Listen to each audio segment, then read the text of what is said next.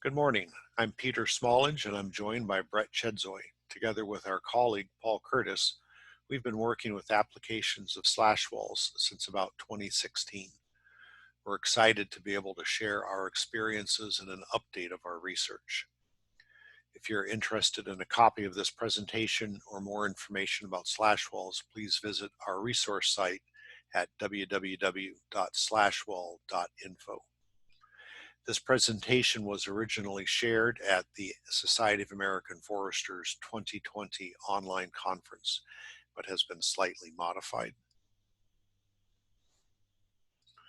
The project objectives are to determine if commercially operable slash walls exclude deer, to determine the longevity of slash walls, to assess the operational barriers to and economic inputs for constructing slash walls, to evaluate the response of beech sprouts relative to desirable hardwood species, and to document regeneration response and vegetation dynamics.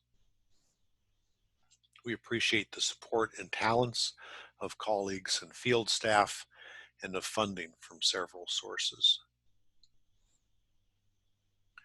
All of this work was completed at the Cornell University Arnott Teaching and Research Forest. The Arnott Forest is a working forest that supports the land grant mission of Cornell University through integrating forest management with research, teaching, and extension. We need to be effective in our forest management, but we can and should take some chances to test new ideas. The Arnott Forest is similar to most of New York and extensive areas of southern New England and the mid-Atlantic states.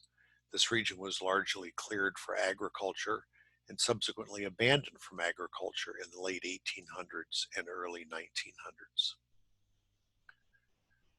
Cool slopes tend towards northern hardwoods, and warmer, drier slopes tend towards mixed oak and hardwoods. We are aware of recent research that documented patterns of regeneration challenges. This research is part of a much broader and deeper multi-decade legacy of concerns for successful regeneration. In one of the studies we conducted, we asked foresters to report on the primary barriers for harvested areas that had marginal or failed regeneration. They identified deer impacts and interfering vegetation as the two primary barriers. For the Arnott, beech is the primary interfering species, and to a lesser extent, hardwood subcanopy species such as Australia and striped maple are problematic. As you're aware, deer and interfering vegetation have been commonly reported in the literature and together can have a negative synergy and legacy effect. You're also probably aware that deer impacts have been reported in northeastern hardwood forests since at least the 1950s. At the Arnott Forest, as a working forest, we conduct tending and regeneration harvests. We've also treated several areas with broadcast herbicides prior to harvesting. After beginning an intensive deer hunting campaign in 1998, 2 textbook regeneration harvests were subsequently deemed as failures due to the absence of sufficient stocking of desirable species. Several additional harvests that should have stimulated advanced regeneration resulted in dominance by beech or similar interfering vegetation. We anticipated the negative impact on sustainability and the need to develop some new cost-effective strategy. Our aggressive hunting program wasn't effective, and we started to look for strategies to reduce deer impact. From our experience in managing the Arnott Forest, from reports of other forest managers, and from an extensive literature, the challenges for forest regeneration often include a combination of deer browsing that precipitates dominance by interfering vegetation. The aspirations of managers to do good forestry is often insufficient without additional efforts to limit deer impact and to control interfering vegetation. An awareness of deer impact isn't new, but strategies are often expensive to install and expensive to maintain. There are additional costs to herbicide treatments to control beech and other interfering vegetation. In 2016, we identified stand conditions and management goals that necessitated a regeneration harvest. We recognized the potential for regeneration success by excluding deer based on fencing projects as shown here in Pennsylvania and in other areas. We initially committed to the cost of installing fencing around a 60-acre shelterwood harvest. Up until 2016, we considered fencing to be the only option for large-scale protection of regeneration. Now, Brett will describe our shift in thinking from fencing to slash walls. Thank you, Peter. After I assumed the duties of forest manager in late 2015, Peter and I started to look at the numerous mature stands around the forest that have been thinned multiple times over the previous several decades. And we realized that a byproduct of these thinnings were dense understories of beech, striped maple, hop hornbeam, and in some areas woody invasive shrubs. Having learned from our past regeneration failures, Peter and I started to look at fencing options to exclude deer, but soon realized that the installation and especially the maintenance were beyond our capabilities. Consequently, we decided to experiment with using slash walls or to build solid windrow-like barriers to exclude deer. Subsequent conversations with other experts left us cautiously optimistic, but no one was aware of previous attempts to build slash walls for this purpose in the Northeast. Our first concept for building slash walls was to directionally fell trees into a perimeter windrow and then add material where we needed to. Fortunately, our first attempt was done by a very talented mechanized Amish crew, Zook's Logging, who quickly learned how to efficiently stack poles, culls, and tops into formidable walls. An unanticipated benefit of using a feller buncher with a hot saw was that the contractor was also able and willing to cut all of the interfering understory vegetation.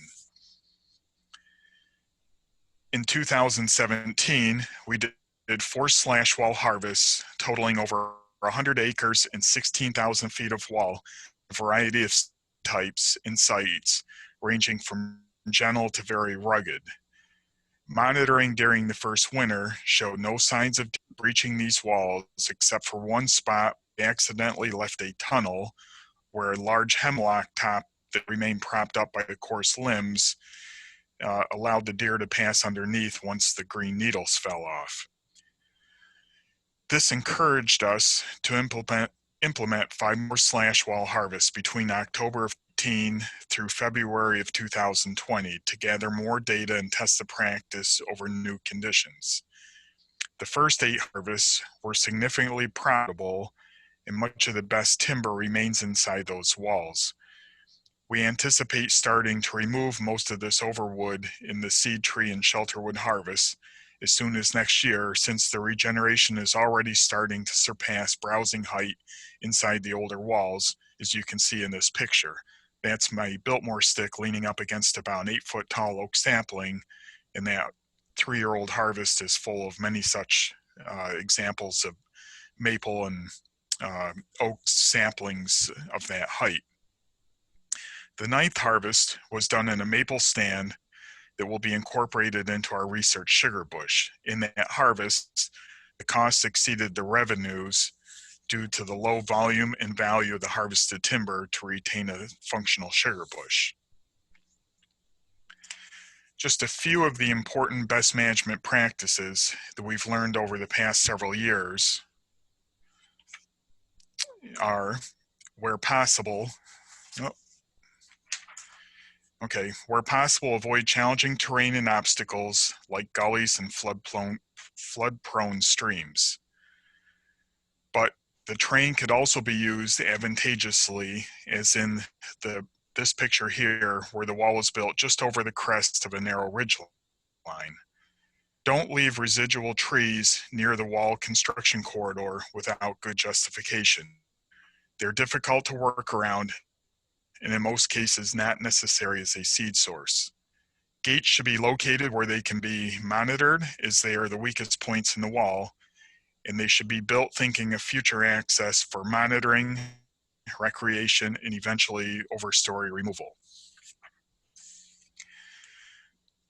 Our contracts include both quantitative criteria, such as minimum dimensions, and also qualitative criteria, such as being sufficiently dense and thick to exclude deer, as determined by myself, the forest manager.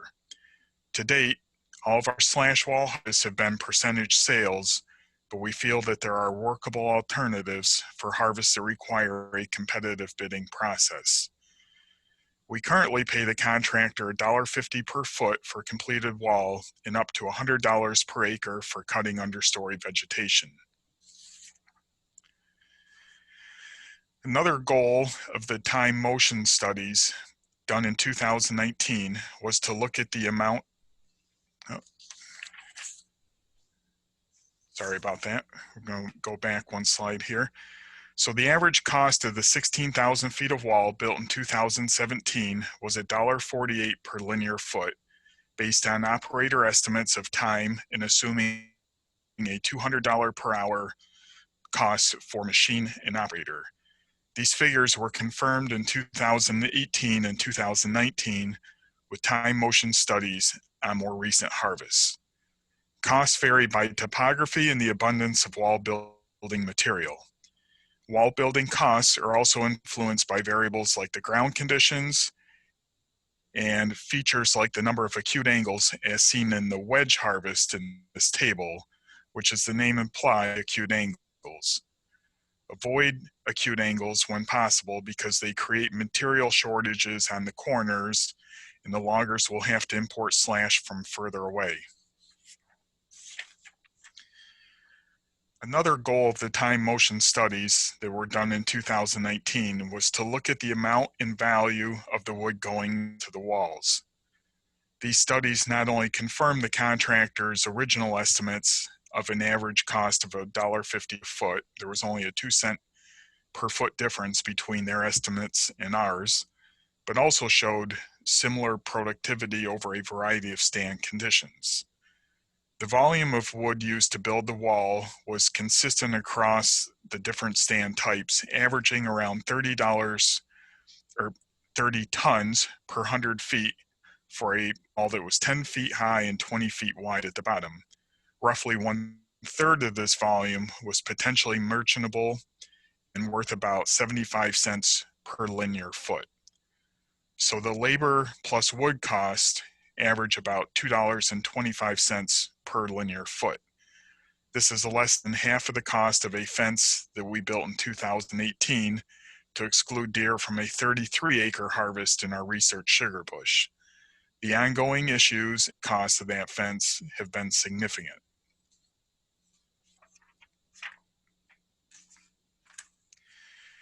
Peter and I are in the process of writing a guide for slash walls. Stay tuned to our slashwall.info website for news and updates. I'll close by sharing a few other key recommendations that I have not previously mentioned. The first is that it's important to work with crews that understand the importance of doing the job well.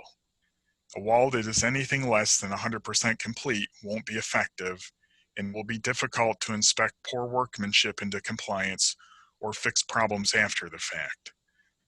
The second is that you can't build an effective wall with insufficient material. We're working on developing guidelines and tools for estimating what we call the wall supply zone under a given degree of utilization. In most cases, the wall supply zone for our existing slash walls has been less than 100 feet or 100-foot wide corridor from where the wall is built, and this allows for the utilization of saw timber and some scrag logs. To the extent possible, we intend to use our slash walls in a modular fashion to save on deer exclusion costs. And lastly, new crews and clients will need support and reassurance. The slash wall resource site has a growing amount of videos, visuals, and other information for that purpose. But we're here to help to the extent that we can, and we welcome tours if you're in our neighborhood of the Arnott Forest.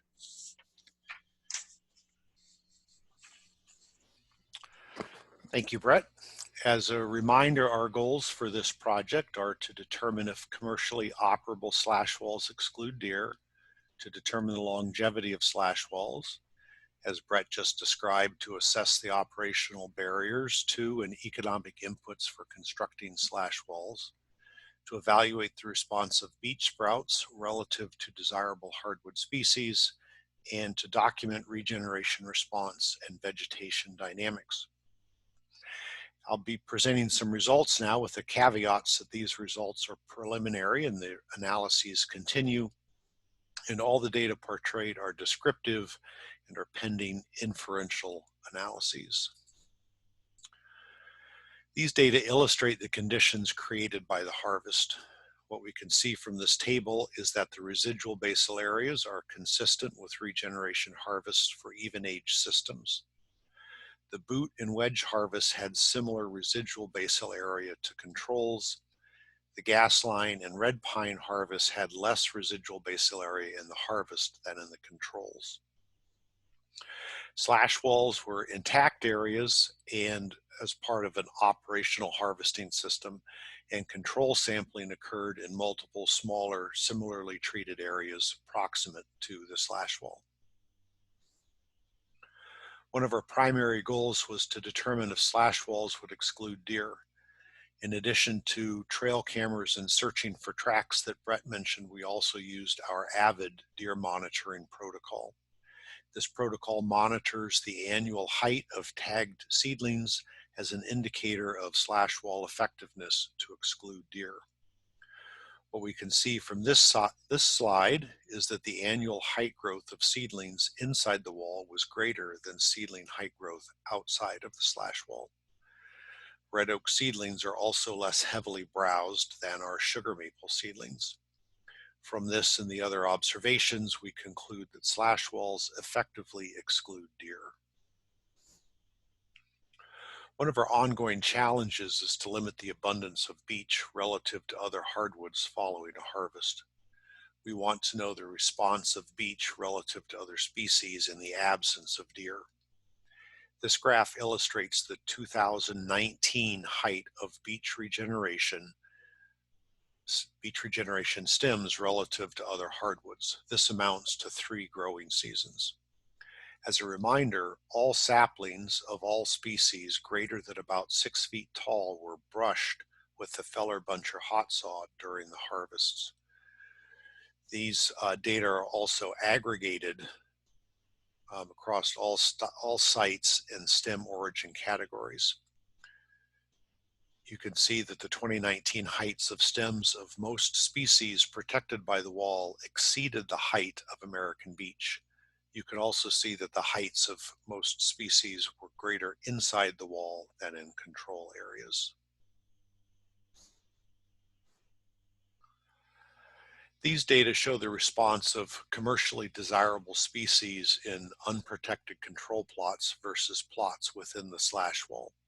Stems were recorded by height class and reported here as number of stems per acre.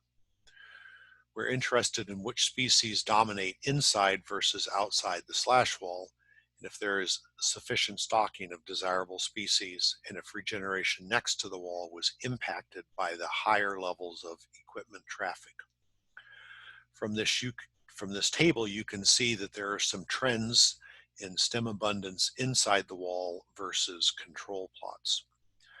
Second, that the potential for harvesting impact on the abundance of advanced regeneration that is in the intermediate height class based on the number of seedlings in the perimeter versus interior regeneration plots. And finally, there has been limited recruitment into upper height classes that are at this point beyond the reach of deer, but the trend is encouraging. We're also interested in percent of regeneration plots that meet thresholds for stocking as a metric of successful regeneration. The data in this slide aggregate all harvests and sort by plot type. The density of stems less than 1 feet was approximated. Pete, we lost your audio for a minute. All right, I'm just going to keep going. Yep, you're fine. The density of stems less than 1 feet less than 1 foot tall was approximated. This height class has better stocking inside the slash wall than outside the slash wall. These seedlings typically had low overhead shade, overhead shade by low vegetation. Seedlings 1 foot to 4.5 feet tall and free to grow were slightly better stocked and controlled than in protected plots. There has been little movement into the taller height classes during the first 3 to 4 growing seasons, as evidenced by the poor stocking in those higher height classes. Additional plot variables for slash abundance and understory vegetation will help explain these patterns. As an index for slash wall longevity, we annually measure 75 to 100 points on the original 4 walls to document changes in wall width and height.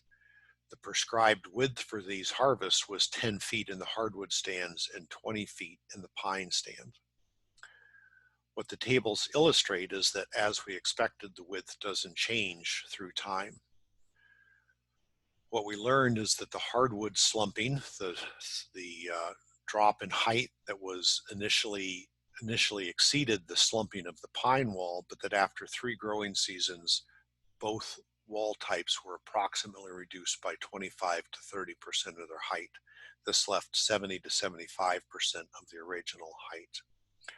Reduction in height is appreciable, but based on previous data for seedling height growth, the walls remain effective. Effectiveness may be a result of some combination of the width of the walls, the coarseness of wall matrix, or deer acclimation and acceptance to the presence of walls. We'll be looking at seedling response relative to residual basal area in the abundance of non-commercial vegetation such as rubus, elderberry, pincherry, and aspen.